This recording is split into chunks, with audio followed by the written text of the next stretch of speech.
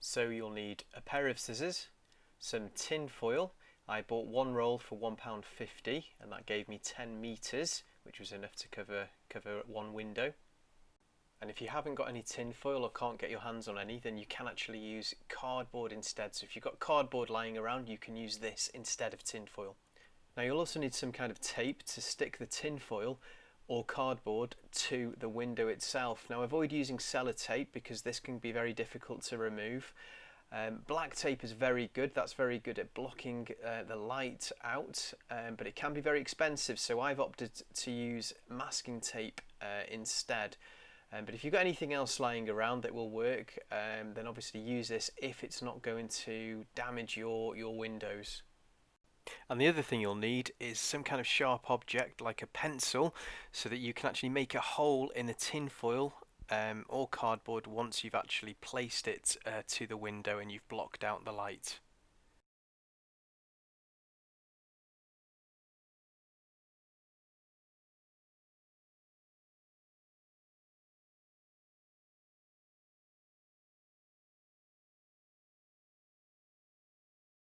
So I've bought the tin foil, tape, pencil and the scissors to the window. And I'm going to make a start by measuring how much tin foil I need roughly for my first strip by letting it hang from the top with the roll at the bottom. And we can start cutting our first strip. And with the first strip cut, I can now prepare some masking tape and just stick it to the top of the window. We can now grab our strip of tin foil and start placing it on the window, and you can see the light immediately diminishing. So we'll get all that masking tape all onto the edge, both edges there, the top and the side. But you'll notice I'm not sticking any tin foil to the window itself, just to the edge of the window. In fact, I'm leaving the right hand side alone for the moment.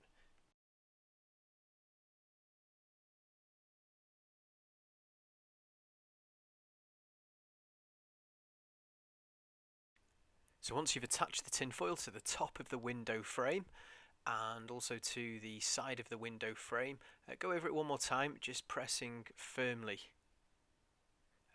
down with your hand, just to ensure that there are no lumps where light is going to get under, and also the bottom there.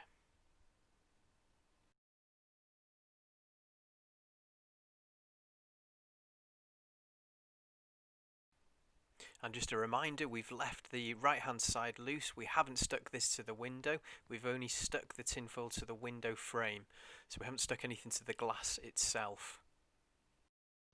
And once you've completed the first strip, you can move on to the second strip, repeating the process. So stick the second strip to the top of the window frame, only this time the sheet number 2 overlaps sheet number 1, like so, and then we place masking tape over the two. If you notice any holes, small gaps appearing, don't worry. What I found is really useful is if you take a strip or a square of tin foil, use masking tape around all the sides and just place it over the hole as so.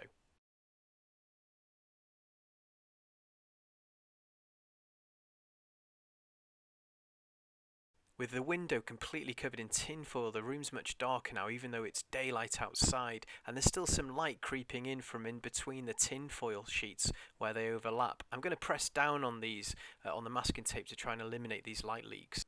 And any spare foil can be cut up into smaller strips and placed over areas letting in light. I've actually run out of extra tin foil now to completely black things out, but apart from one or two tiny little holes, there we have it. Daylight outside, darkness inside. Now it's time for the moment of truth. If you grab your sharp object or pencil, make a tiny hole, being careful not to touch the window with the object, not to mark it, and just make a small hole. Next, you want to make the hole a little bit larger so that it's about the same size as a 1 penny coin. If you're using cardboard, it might be wise to make a penny-sized hole in the cardboard before attaching it to the window. So I'm going to turn the lights off and see what happens.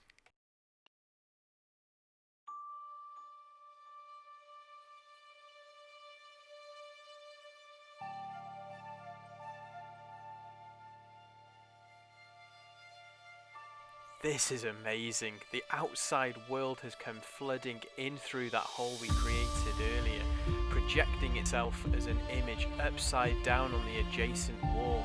No electronics needed. Just a beautiful natural phenomenon.